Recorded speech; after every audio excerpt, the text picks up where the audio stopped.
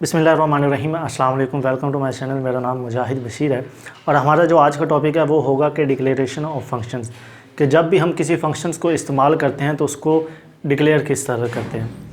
तो फंक्शंस को डिक्लेयर करने से मुराद ये है कि जिस तरह हमने वेरिएबल्स की बात की थी कि जब भी हम किसी वेरिएबल को इस्तेमाल करते हैं तो हमें क्या करना पड़ता है कि सबसे पहले उसको डिक्लेयर करना पड़ता है, कंपाइलर को बताना पड़ता है कि जी हमने इस टाइप का वेरिएबल यूज़ करना है और ये उसका नाम होगा और ये इसकी टाइप होगी।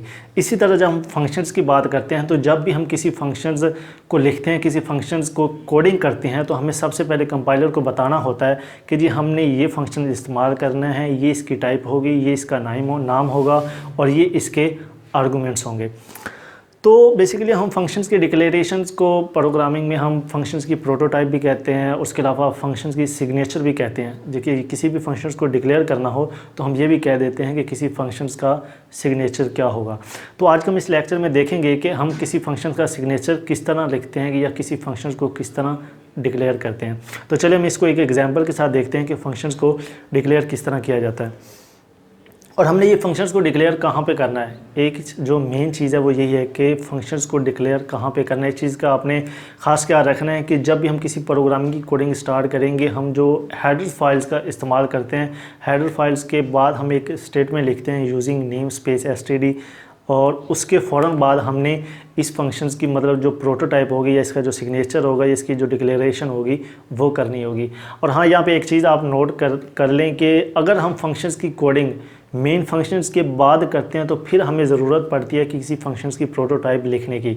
अगर हम सबसे पहले फंक्शंस जो कि उनकी डेफिनेशन लिख लेते हैं, फंक्शंस की कोडिंग कर लेते हैं और लास्ट में हम मेन का फंक्शन इस्तेमाल करते हैं, उसके अंदर हम उसको कॉल करते हैं, तो फिर ज़रूरत नहीं पड़ती किसी भी फंक्शंस को डिक्लेयर करने की। तो चलिए हम फंक्शंस का सिंटैक्स देखते हैं कि फंक्शंस को किस तरह डिक्लेयर करते हैं। तो सेम वही चीज़ वेरिएबल्स की, जिस तरह हमने वेरिएबल्स को डिक्लेयर करते थे कि सबसे पहले हम क्या करते हैं कि जो हमारे पास फंक्शंस होता है हम उसकी डेटा टाइप लिखते हैं।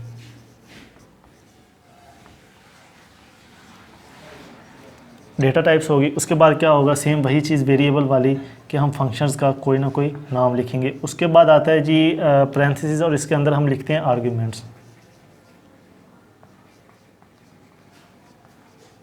और लास्ट में सेमीकोलन।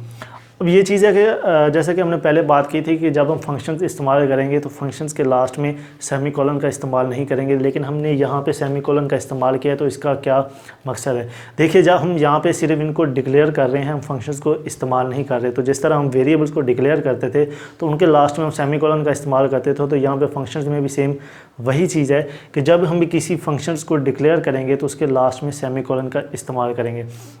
तो बेसिकली आप यहाँ पे ये भी कह सकते हैं कि ये जो हमने डेटा टाइप लिखी है ये बेसिकली हमारे पास रिटर्न डेटा टाइप है कि जिस टाइप का वो डेटा रिटर्न करेगा वो टाइप हम इस्तेमाल करेंगे। और यहाँ पे आपने एक चीज़ का और भी ख्याल रखना है कि जिस तरह हमने वेरिएबल्स में कहा था कि जिस टाइप का हमारे पास डेटा होगा हम उस टाइप का वेरिएबल इस्तेमाल करेंगे। और फंक्शंस में भी सेम यही चीज़ है कि जिस टाइप का हमारे पास डेटा होगा, जिस टाइप का हम डेटा उसको पास करेंगे या वो हमें रिज़ल्ट जिस टाइप का रिटर्न करेगा हम उस टाइप का ही फंक्शंस लिखेंगे।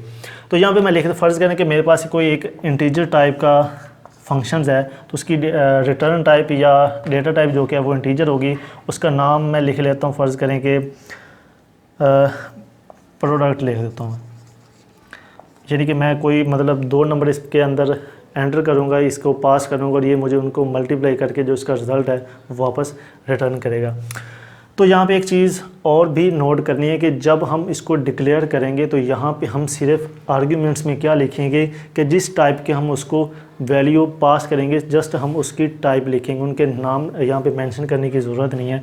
तो अगर मैं इंटीजर का यूज़ करता हूँ तो यहाँ पे मैं इंटीजर लिखूँगा। अगर मैं एक से ज़्यादा करता हूँ तो उसका क्या है, अगर तो मैं एक वैल्यू मतलब उसको पास करता हूँ फिर तो मैं यहाँ पे जस्ट इंट लिखूँगा। अगर मैं यहाँ पे एक से ज़्यादा वैल्यू इसको पास करता हूँ तो उसका क्या होगा, सेम वही चीज़ के कॉमे के ज़रिए इसको सेपरेट करूँगा और फिर इसके आगे इंट लिखूँगा।